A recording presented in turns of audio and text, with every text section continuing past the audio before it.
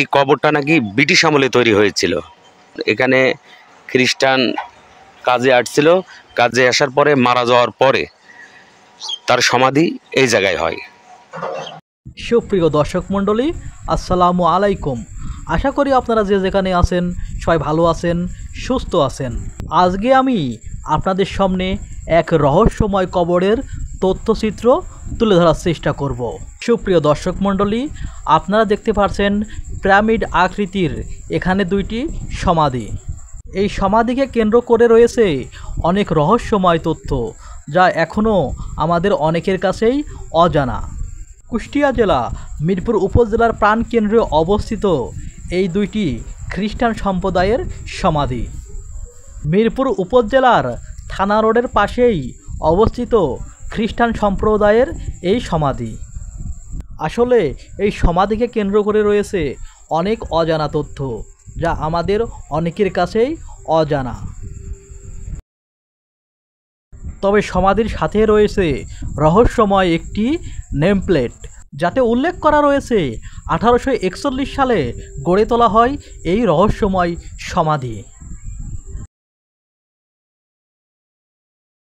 সুপ্রিয় দর্শক মণ্ডলী, চলুন এই রহস্যময় সমাধি সম্পর্কে আমরা কিছু তথ্য জানার চেষ্টা করি।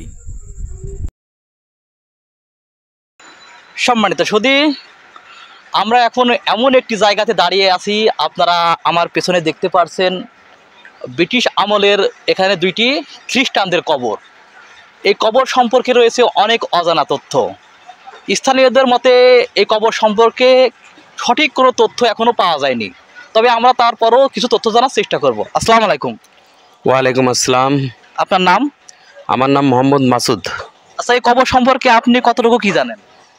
এই কবর সম্পর্কে যতটুকু আমি জানি, কারণ আমার যখন জন্ম হওয়ার পরে বুদ্ধি হওয়ার পরে যখন আমরা এদিকে হাঁটা চলাফেরা করি, ছোটোবেলায় থেকে দেখি যে হয়তো সেই সময় তারা কোনো প্রভাবশালী ব্যক্তি ছিল, তাই ওনারা মারা যান, তাই ওনাদেরকে এখানে সমাধি করা হয়। এর বেশি কিছু আমি বলতে পারবো না।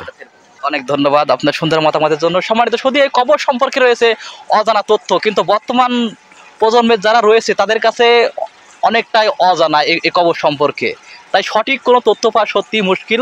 আমরা যতটুকু জানলাম ততটুকুই আপনাদের জানানোর চেষ্টা করলাম। সাম্প্রতিককালে দুর্বৃত্তরা এই সমাধির কিছু অংশ ভেঙে ফেলে, পরে প্রশাসনের হস্তক্ষেপে সমাধিটি সংস্কার করা হয়। ইতিহাস ও ঐতিহ্য নিয়ে আজও মিরপুরের বুকে মাথা উঁচু করে রয়েছে রহস্যময় এই সমাধিটি। আজ এ পর্যন্তই। সবাই ভালো থাকবেন, সুস্থ থাকবেন। আল্লাহ হাফেজ।